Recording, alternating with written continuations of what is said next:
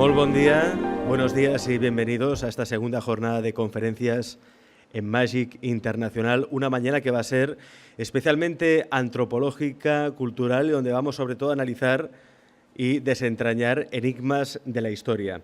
Ahora empezaremos por la conferencia de Jesús el Egipcio, las fuentes egipcias del Nuevo Testamento, con el doctor Yogari Pujol.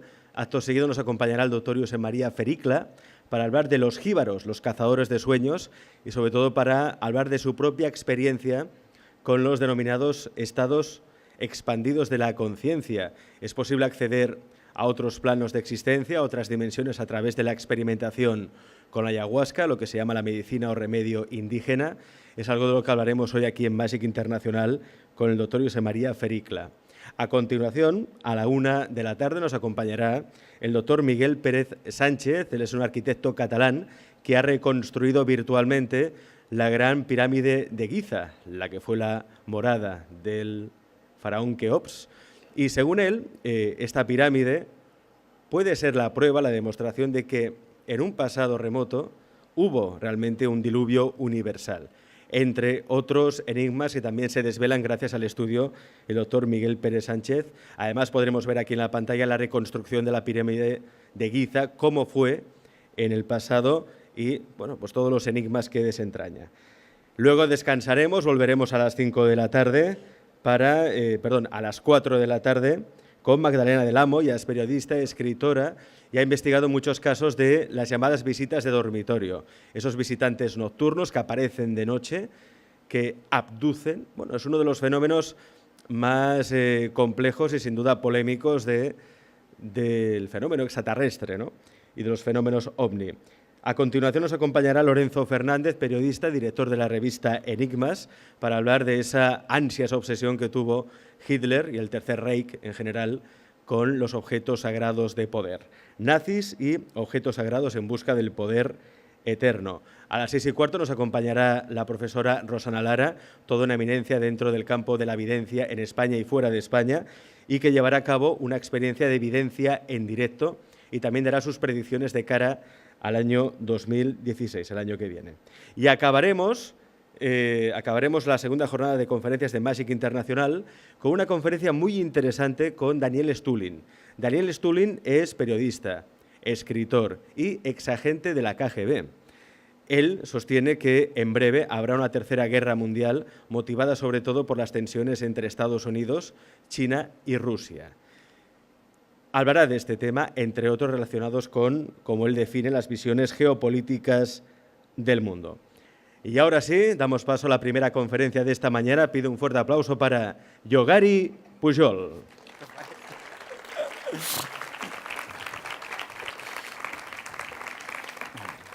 Yogari, bienvenido.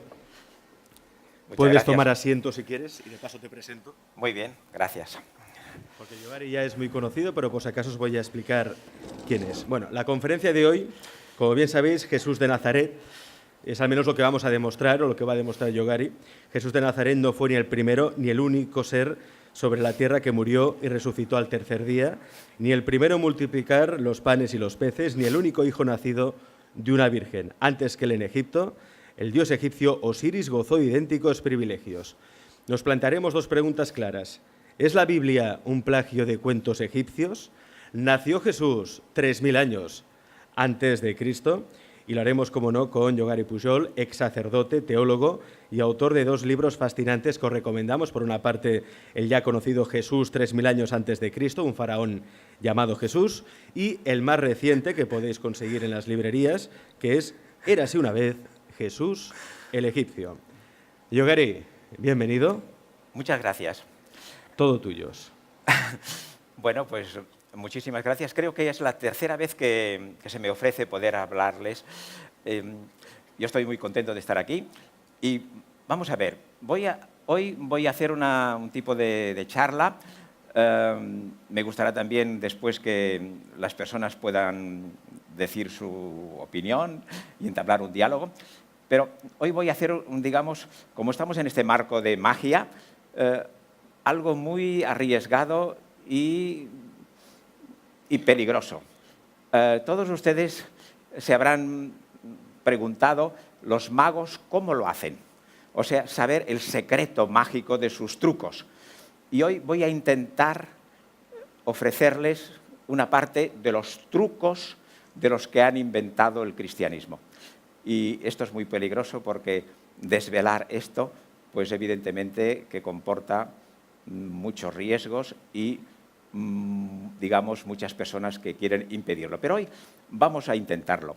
A ver si ustedes, conmigo, podemos entrar y desvelar el misterio de la formación del Evangelio y de este gran personaje Jesús.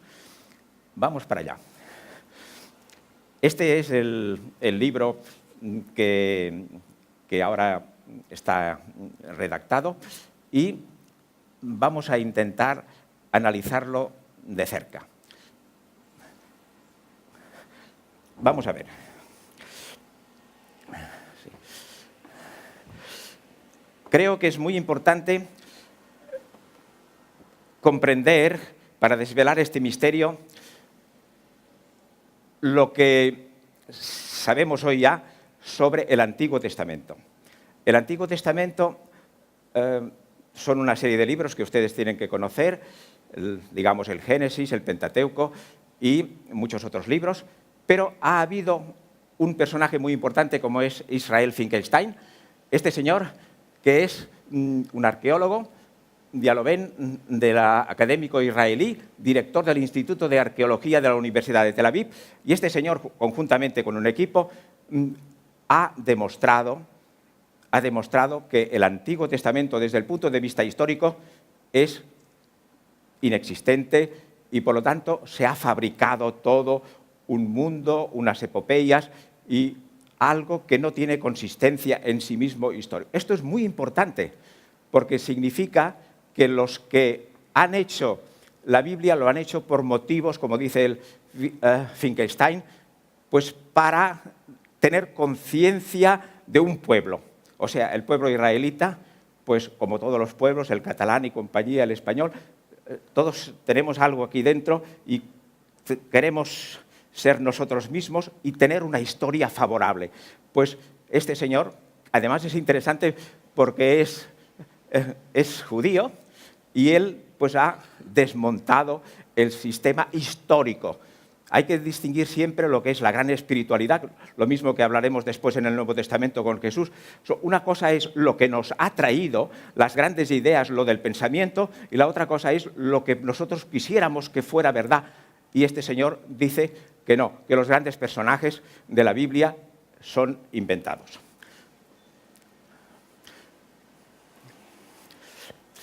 El Antiguo Testamento es una historia de papel. Ese libro famoso, La Biblia desenterrada, de Israel Finkelstein, aquí queda clarísimo que el Antiguo Testamento está escrito a partir del reinado del rey Josías, menos 600. Esto es muy importante en la cronología. En lo que vamos a estudiar hoy, uno de los ejes para comprender las cosas son el espacio y el tiempo. Y aquí, en la Biblia, pues se empezó a escribir el año menos 600. O sea, las cosas de Abraham de 2500 o 1500, etcétera, está muy bien. El papel lo soporta todo. Pero, en cambio, desde el punto de vista científico, sabemos hoy que el Antiguo Testamento se empezó a escribir en el año menos 600. Por lo tanto, los patriarcas Abraham, Isaac y Jacob son símbolos de la pretendida unidad del pueblo de Israel. No había murallas en Jericó. Las figuras de Moisés están copiadas del rey Sargón y de Sinué el egipcio. El éxodo era imposible, Egipto ocupaba Canaán.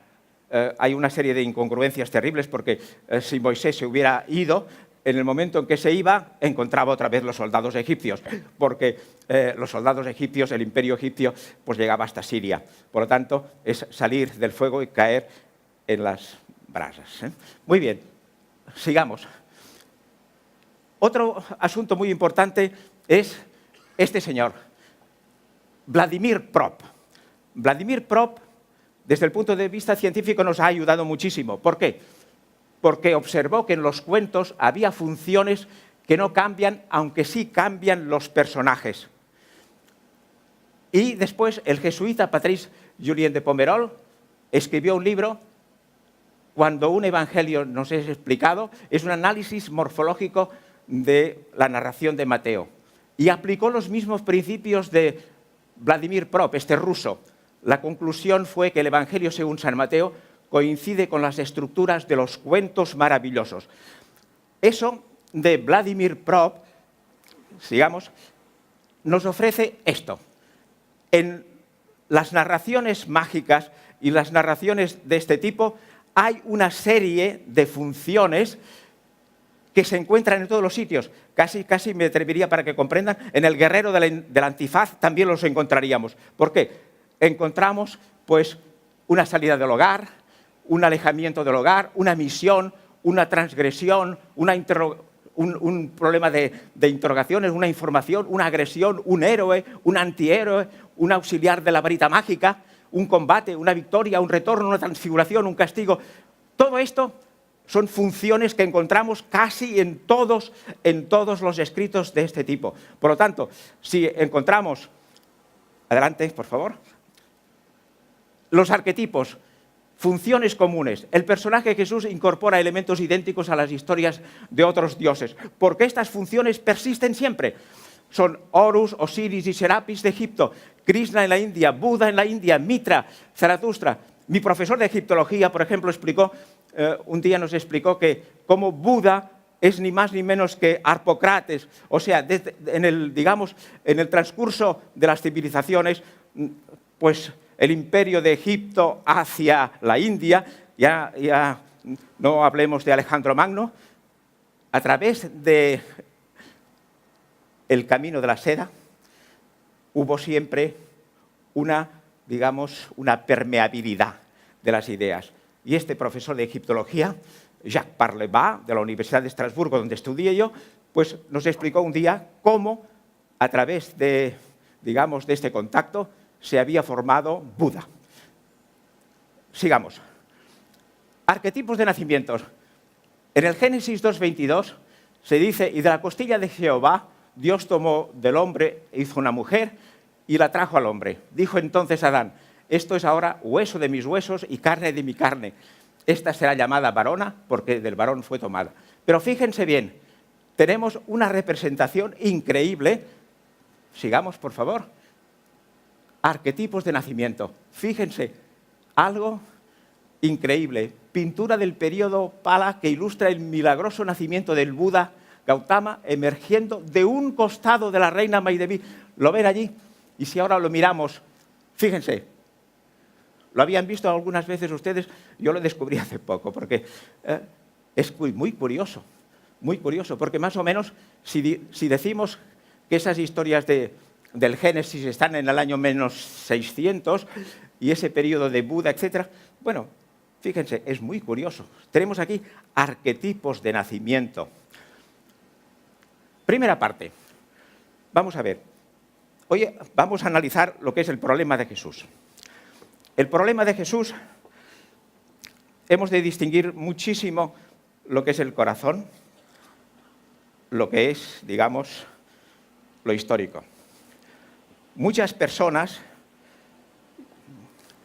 pues, dan su vida por Jesús. Pero es que las personas damos la vida por algo que nos entusiasme, independientemente de si ese personaje ha existido o no ha existido. Veamos. La posición de fe. Hay muchas personas que empiezan diciendo, a mí que no me toquen a Jesús. Esto es muy importante. O sea, claro, ¿por qué? Porque yo vivo de Él. Me da fuerza. Hay los misioneros, hay gente que ha dado su vida. Y por lo tanto, mi Jesús, mi propio Jesús, pues es el mío. Y por lo tanto, ahora no me lo echen por el suelo. No me digan, por favor, que no ha existido o no sé qué. No me lo digan, por favor. A mí que no me lo quiten. Muy bien. Es una posición. Yo prefiero, además, es muy interesante Dostoyevsky, que en una carta dirigida, pues nos habla de que él dice, yo prefiero a Jesús que a la verdad. Yo prefiero a Jesús que a la verdad. ¿Por qué?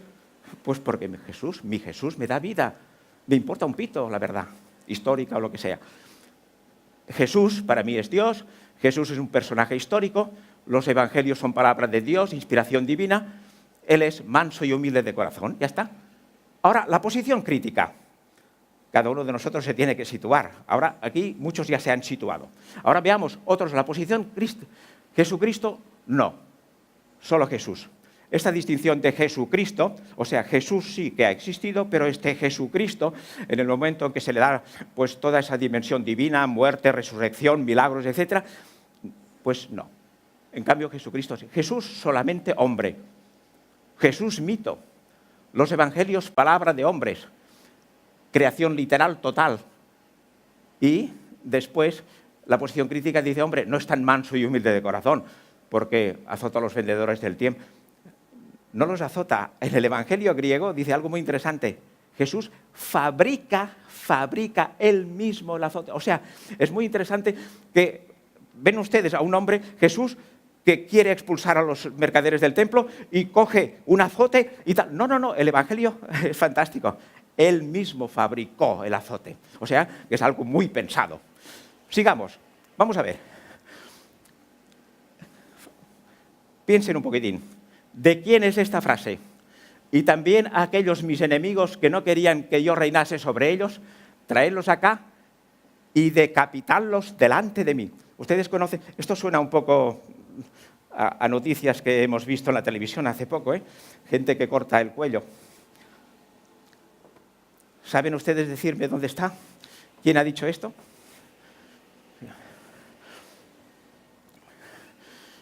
Adelante. Frase turbadora de Jesús. Lucas 19, 27. ¿Habían leído ustedes alguna vez en el Evangelio, el Evangelio 19, 27, Lucas? ¿Lo habían leído? Y también a aquellos mis enemigos que no querían que yo reinase sobre ellos, traerlos acá y decapitarlos delante de mí. Plentus, extrus, etcétera, etcétera, griego.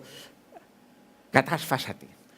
Además, esta palabra, decapitar, es un apax. Un apax significa una sola palabra. En toda la Biblia, que hay 5.600, en el Nuevo Testamento, 5.600 vocablos, solamente una sola vez aparece esta de decapitar.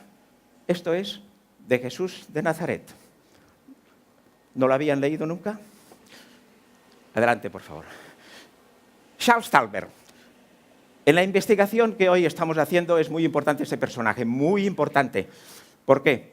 Porque nos ha demostrado, y además dentro de mis estudios de relaciones con los teólogos, pues casi nadie ha leído ese libro.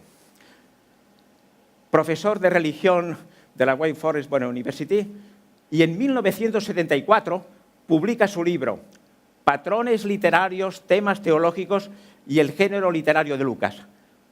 Todo el Nuevo Testamento está construido con simetrías internas.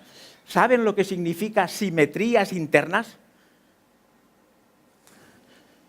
Los autores hacen un trabajo ingente de ingeniería filológica. La lástima es que cuando nosotros leemos el Evangelio, vamos leyendo como si fuera, palabras seguidas. Cambiando un poco de chip, podríamos decir, ¿se imaginan si el Evangelio estuviera hecho en versos dodecasílabos o no sé cómo? Pues no está hecho en versos, pero está hecho en simetrías internas, lo cual significa que las palabras que se colocan al principio y A', B', C' y un elemento asimétrico, pues todo esto es un trabajo muy importante en la Sagrada Familia. Sigamos. Por lo tanto, fíjense bien, algo muy importante, digamos que ya está a nivel de lo que es las ciencias de nuestro cerebro. Nuestro cerebro está hecho de una manera que es más difícil desaprender que aprender. Si nosotros empezamos y vamos a la escuela y el profesor nos dice, vamos a ver, ¿cuál es la capital de Francia? Y nos pone, la capital de Francia puede ser 1, 2 y 3. Y entonces, esto es el método más fatal, digamos, que se puede hacer en cuanto a la enseñanza.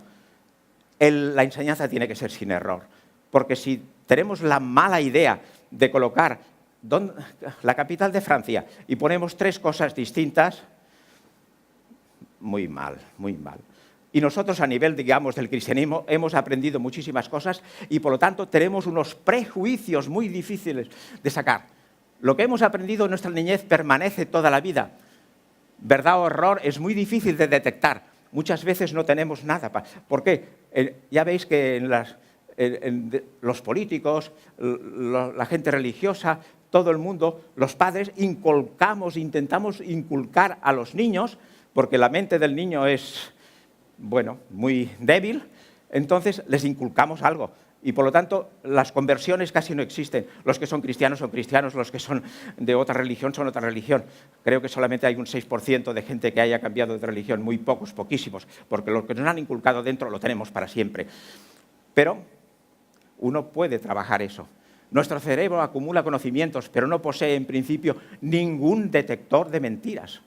No tenemos detectores de mentiras. Pero en cambio sí tenemos algo muy interesante, que es un cierto sentido innato de lo absurdo. Esto sí, esto es muy importante.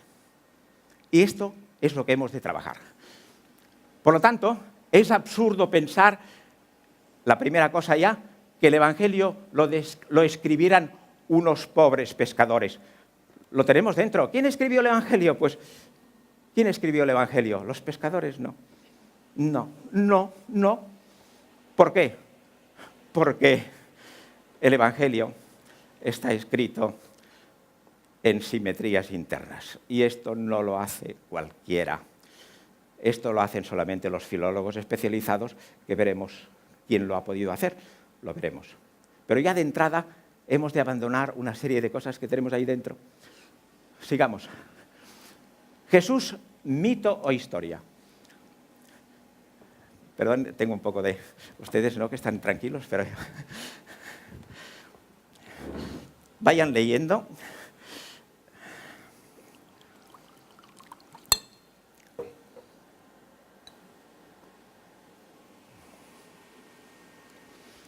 ¿Jesús es un mito o es historia?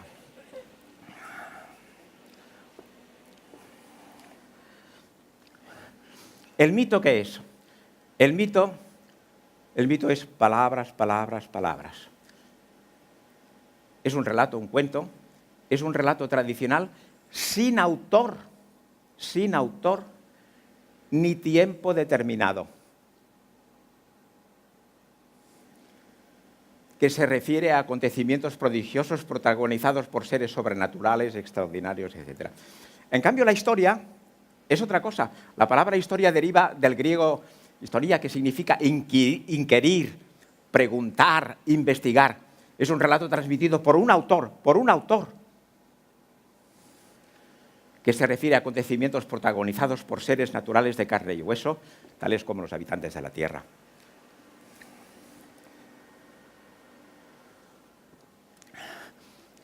Vamos a ver, ya saben que yo soy psicoanalista y me ha interesado conocer a este señor Rollo May, de Estados Unidos, que explica lo que es el mito desde el punto de vista psicológico. Significa, el mito, ¿qué hace?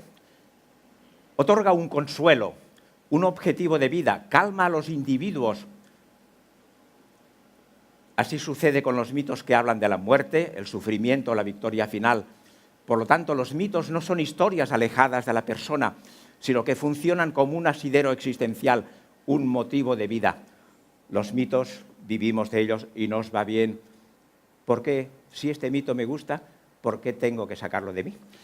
En cambio, fíjense bien cómo el mito del Jesús también hace lo mismo, otorga un consuelo, un objetivo de vida, calma al individuo. Así sucede con él, que habla de la muerte, el sufrimiento, la salvación, la resurrección. Por lo tanto, Jesús no es una historia alejada de la persona, sino que funciona como un asidero existencial, un motivo de vida. Por eso, si yo lo tengo, no lo dejo. Sigamos. Examen sincrónico de las escrituras bíblicas. Bueno, hoy casi tampoco es que aquí tendríamos... Lo que estoy diciendo, esto es un curso, digamos, de todo el año. O sea, yo estudié en Estrasburgo durante mucho tiempo y aquí lo he resumido muchísimo. Pero, en fin, vamos a ver lo que es la sincronía. Sincronía, digamos, todo texto se mueve en dos grandes ejes, que son la sincronía y la diacronía. La sincronía es la fijación intrínseca, o sea, el texto tal como es. Y entonces la diacronía es a través, digamos, de la historia, que ya lo hablaremos adelante. Sigamos. La exégesis, que pretende dar respuesta a lo que el texto significa hoy en día, se basa en el estado sincrónico del texto y en describirlo tal cual existe en su forma definitiva, utilizando las técnicas de análisis de la narración y estructura, etc. Sigamos. Desconocemos del Nuevo Testamento quién, cuándo y dónde. Esto es muy importante también, porque aquí tenemos muchas cosas que nos parecen que ya lo tenemos sabido, y son estos prejuicios. Nosotros no sabemos quién escribió el Evangelio. Y ustedes me dirán, claro que lo sabemos, son los evangelistas Mateo, Marcos, Lucas y Juan. No, señores. Les hemos puesto este nombre, pero no sabemos quién escribió el Nuevo Testamento. El Nuevo Testamento son apócrifos, no lo sabemos.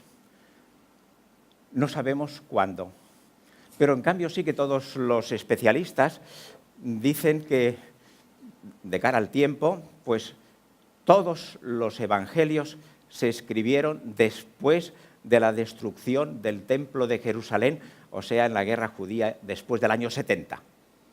Esto está clarísimo. Hubo un momento en que, claro, es muy normal, si dentro de lo que nosotros hemos pretendidamente histórico, que Jesús naciera, como hemos puesto, el año 0, claro, nos interesa muchísimo de encontrar algo que estuviera muy cerca de él. Pero claro, si decimos que los evangelios se escribieron después de, o sea, estamos ya en el año 80, 90, pues entonces, claro, de ese personaje histórico del año 0, pues si se escribió tantos años después, y sí que apareció, pues de tarde en tarde aparece que se ha encontrado una pequeñita cosa que sería del Evangelio de Marcos, pero esto quedó completamente descartado. ¿Dónde se escribió? Lo que sí sabemos es que no se escribió en Palestina. O sea, que los autores del Evangelio serían judíos de la diáspora, o sea, fuera de Jerusalén, fuera de Palestina.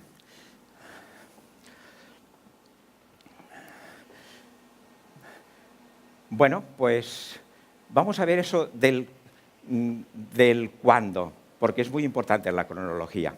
O sea que tenemos que el primer testimonio, esto es muy importante, el primer testimonio del Nuevo Testamento es el papiro 52, correspondiente al cuarto Evangelio de Juan, y que se sitúa entre los años 115, 130. Esto es lo primero. ¿Sí? Lo primero.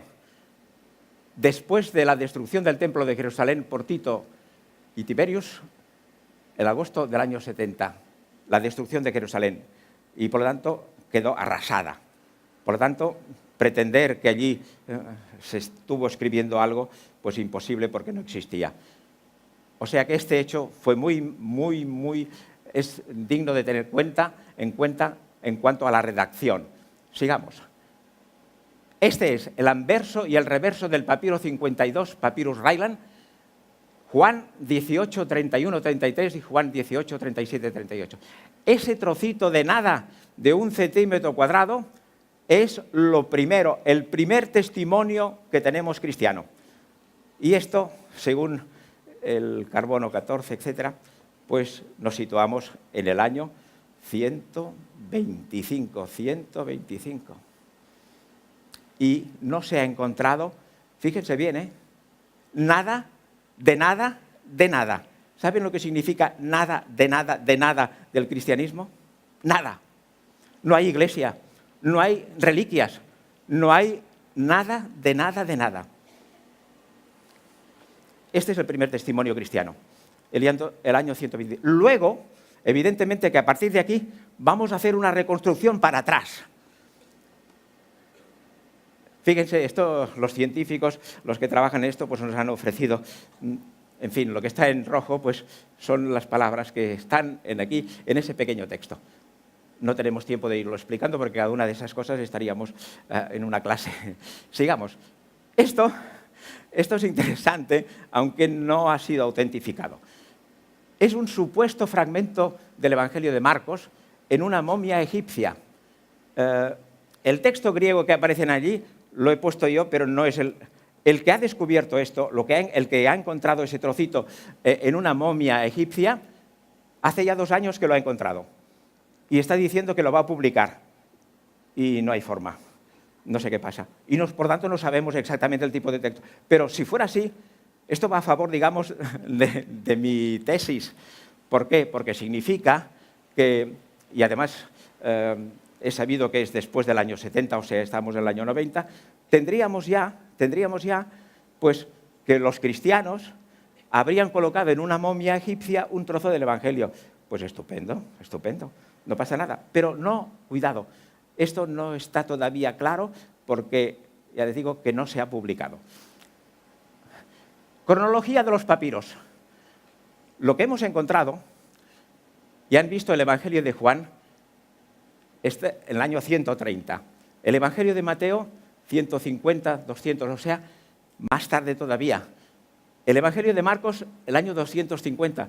El Lucas, el siglo III, y los Hechos de los Apóstoles, el siglo III. Estos son los papiros, lo que hemos encontrado. Lo demás, estamos intentando rehacer la historia. La rehacemos. Pero los documentos que tenemos son esos. Esos tenemos. Adelante, por favor. ¿Sí? Sigamos. Vamos a ver. En esa sincronía, o sea, ver las cosas de conjunto, es lo que llamo hacer una autopsia. O sea, o sea, el que hace la autopsia, ¿qué hace? Ver las cosas con los propios ojos. Y vamos a hacer un análisis, digamos, una comparación entre el forense.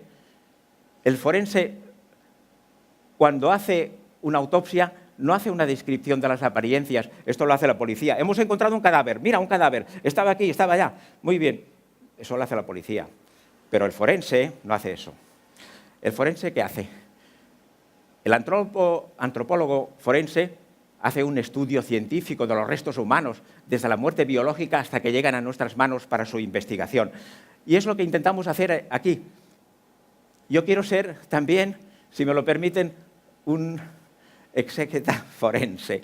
O sea que intento hacer, no una descripción de las apariencias, un informe teológico, que hay miles de libros teológicos, miles. En cambio, el exégeta forense es el estudio científico de los textos bíblicos. Mi profesor en la Universidad de Estrasburgo, de exégesis, pues decía, vienen los teólogos a mí y me dicen, por favor, denos algo que sea histórico, algo, unas miajillas, algo. Porque con esto, aunque sea nada, la punta de un alfiler, 10 minutos, entonces, señoras y señores, pues tengo que ir rapidísimamente, o sea, una detrás de otra, lo siento, hay un tiempo. Bueno, pues, vamos a pasar las imágenes un poco repetiditas y, muy bien. Bueno, en fin, eso del exégeta, que es analizar muy bien lo que es el texto y no teología. Sigamos, por favor. Bueno, muy bien, ya está, los aspectos fundamentales del análisis, descubrir dónde, el por qué, etc. Sigamos. Determinar la realidad o ficción, o sea que se trata siempre de ver el antropólogo, el forense, pues intenta saber si las huellas dactilares, etc. Y en el Evangelio también. Literatura comparada. Aquí entramos rápidamente en una forma de analizar el texto bíblico. Es ver si ha sido copiado de otros, si ha sido copiado de otros textos. Y sí que sabemos hoy, por ejemplo, la parábola del hijo pródigo, en Sinué el egipcio, no la novela aquella, sino un texto de hace pues 4.000 años, la parábola del hijo pródigo está copiado palabra por palabra de Sinué el egipcio. La historia de Jonás, de los Hechos de los Apóstoles, están copiados del náufrago. Y San Pablo y su vida también. Y Moisés, pues está copiado de Sinué el egipcio una parte y de Sargón. Sigamos. Y hoy quería hablarles rápidamente de ese cuento, del cuento de Sedme II, que está escrito en una escritura egipcia pero demótica, que aparece pues, en el año menos 600. Primeramente había los jeroglíficos, después 1000 años más tarde la escritura hierática y luego en el año menos 600 más o menos aparece este tipo de escritura que se parece un poco pues, al árabe. Sigamos. Adelante. Y aquí, en ese Congreso de Lengua Demótica de París, pues sin pretenderlo, ahí me ven en el centro, y yo estaba allí tranquilito y se me pusieron a la gente al lado, hicieron esta fotografía de... Estamos aquí en París, el año 2005, pues los 120,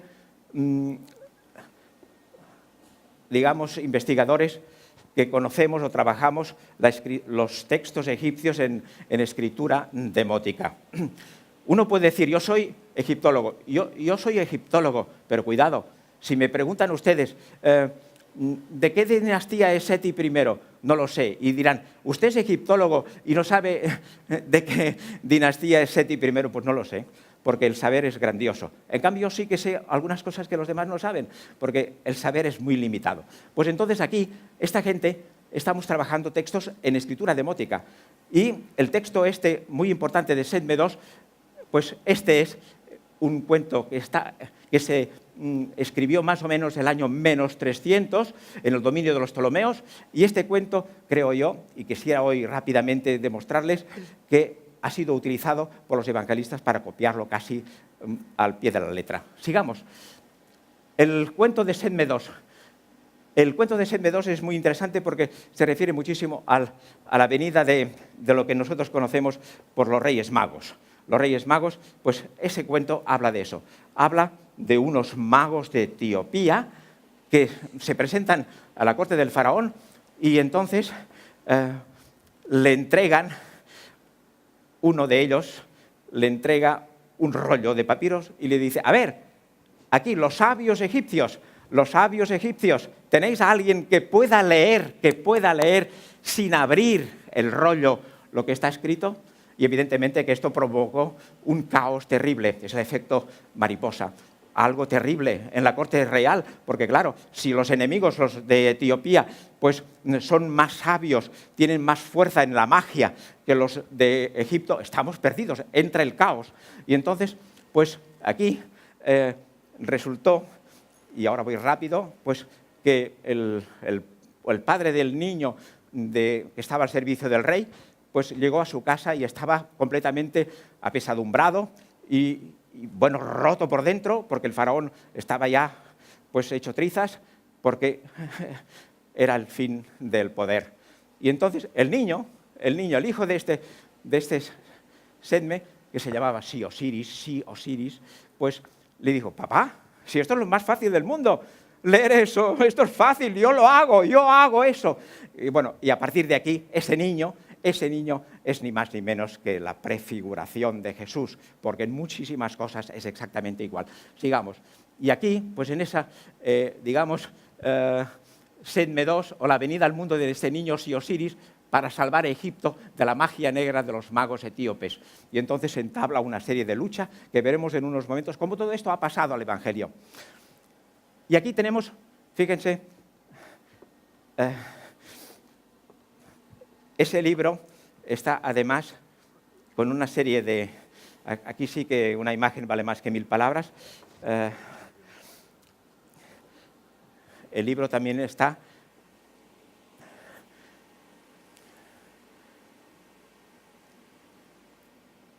ilustrado por David Allen. ¿David Allen está por aquí? Hola, David. Pues aquí lo tenemos, el dibujante, y pues ya lo ven. O sea, ¿se parece o no se parece? Sigamos. ¿Ven? Las anunciaciones, y a los padres también. O sea, se anuncia, los nacimientos son idénticos.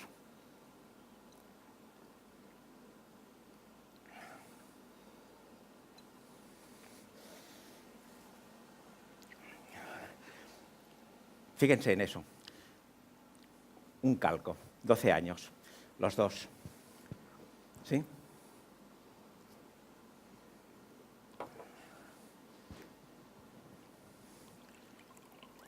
No es una fotocopia.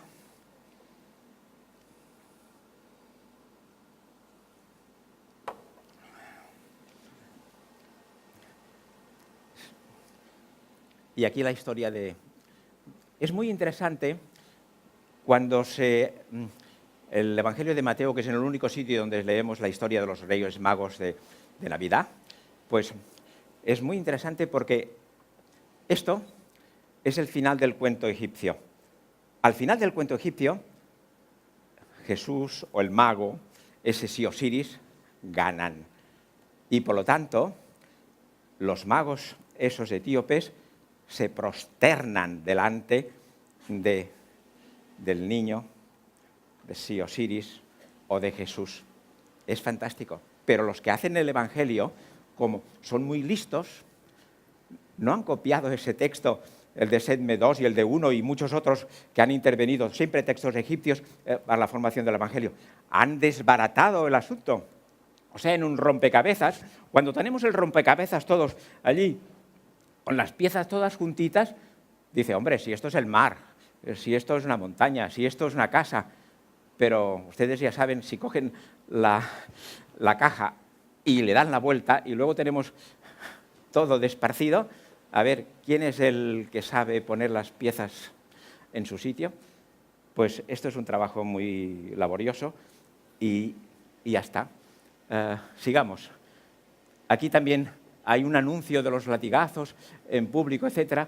De la misma manera, es muy interesante porque de la misma manera, en ese texto, en ese rollo, si Osiris va leyendo, o sea, va diciendo lo que va a pasar y como el faraón egipcio, pues lo van a azotar, le van a dar 500 golpes de azote, etcétera, etcétera. Lo mismo que Jesús, que anuncia por 3 veces su próxima pasión. Ya me perdonarán, pero el tiempo yo no puedo explicar. Adelante. Bueno, pues el final del combate mágico, la poderosa magia divina de Horus, el egipcio, y de Jesús, echan por los suelos a los enemigos del orden cósmico. Esto es muy interesante. Ven aquí, muy bien, fíjense. Aquí tenemos una imagen, digamos, de Fray Angélico, en que aparece el momento muy importante del Evangelio que lo hemos pasado así por las buenas. Viene, tenemos a Jesús, no, antes, por favor, eso, tenemos a Jesús y ven ahí por los suelos a los que venían a acoger a Jesús en el huerto de Getsemaní. Y la escena es la siguiente. Viene Judas a prender a Jesús. Y entonces Jesús dice, ¿a quién buscáis? Y ellos dicen, a Jesús de Nazaret. ¿Y Jesús qué dice? Yo soy. Yo soy. Cuando dice Jesús yo soy, es la autodefinición de la divinidad. Es la misma palabra que encontramos cuando Moisés está delante del Dios y Dios le dice yo soy el que soy. Yo soy el que soy. Y aquí Jesús repite exactamente lo mismo. Yo soy. Y en ese mismo momento, el Evangelio, cuidado, la traducción griega, dice, sí, adelante, no, más adelante, pues, bueno, un momento, porque como, es igual, ya lo explico, pues, que creo que era la diapositiva anterior, pues, en el texto egipcio, los magos etíopes se han transformado en esas ocas o gansos salvajes. Y el mago egipcio, pues hace por arte de magia, les hace dar la vuelta, y el texto egipcio dice cayeron para atrás. Exactamente lo mismo que Jesús hace en el huerto de Getsemaní. En el huerto de Getsemaní hace exactamente igual. El texto griego dice, y el otro día estaba hablando con una persona que conoce muy bien la Biblia y digo, sí, pues cayeron arrodillados. No. El texto griego no dice eso. El texto griego dice que los que vinieron a aprender a Jesús, pues los echó para atrás, dando la vuelta, exactamente igual. Y aquí podríamos decir que se acabó la historia de Jesús, que actúa como el mago, como el gran mago que hace esto. Pero luego se cambian los papeles y entonces Jesús ya toma, digamos, la personalidad del faraón egipcio, que va a ser azotado y con una muerte lenta y atroz. ¿No tenemos tiempo, señor? Lo siento. Tenemos tiempo, de todos modos, 2-3 minutos, por si alguien quiere hacer alguna pregunta a Yogari. Aprovechad que lo tenemos aquí. Tenéis ahí al fondo a nuestras azafatas, Laura, Ariadna. Simplemente alzad la mano y podéis hacer la pregunta aquí. Tenemos, bueno, ya me acerco yo. Perdone, bueno, hay infinidad de preguntas que hacer en toda esta cuestión, en todas estas cuestiones. Y primero, el papel de María Magdalena, no sé si usted sabe algo. Sí, claro. Acerca de, ¿fue verdaderamente su amante o bueno? ¿Usted ha leído en el Evangelio en algún sitio? No, en absoluto, pero no sé, bueno, el sentido común me indica que podía haber alguna, no lo sé, alguna situación un poco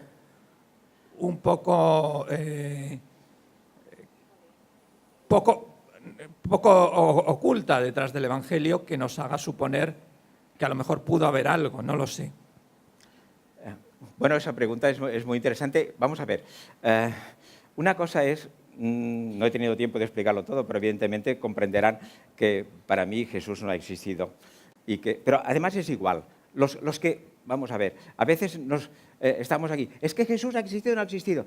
El Jesús ese histórico, pues muy bien, ha existido. Pero no tenemos... Yo les pregunto, bueno, muy bien, Jesús ha existido. ¿Y qué ha dicho? Cuidado cuando empiece a decirme lo que ha dicho. Porque cuando tú me digas, ha dicho esto, yo soy el camino, la verdad y la vida. ¿Eso lo ha dicho Jesús? No, hombre, por favor, esto es egipcio 100%. Esto lo dice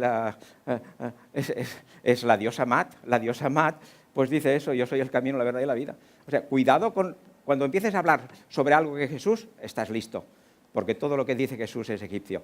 Pero bueno, María Magdalena, evidentemente que dentro de la historia de Jesús, aparece ¿dónde? Aparece sobre todo en el momento de la resurrección. ¿Por qué?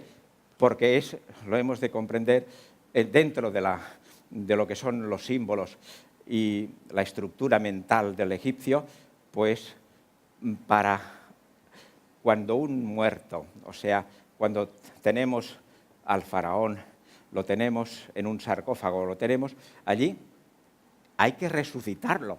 Y entonces aparece lo que se llama la ceremonia de la abertura de la boca. La abertura de la boca es una forma muy sencilla de decir, porque es la apertura de los sentidos, la apertura de todos los sentidos. Y entonces estaban precisamente, una de las cosas muy importantes es que la diosa Isis y Nefertis, pues, estaban allí al lado del muerto y empezaban a darle, pues eso, la boca, los sentidos, etcétera, etcétera, y evidentemente que tenemos imágenes de la felación. Claro, es así, es así. Y entonces María Magdalena, evidentemente, que juega este papel. Es un papel muy... Porque ya saben que en el Evangelio griego dice, no quieras seguir tocándome. O sea, cuando aparece María Magdalena. Todo esto está desvelado. No se podía, evidentemente, traducir y hacer una fotocopia exacta de lo que es el personaje de Jesús y todos los misterios egipcios. Pero ese personaje, María Magdalena, evidente. Luego, lo histórico, para nada, porque todo esto ya... ¿Sí? Una última pregunta. Bien.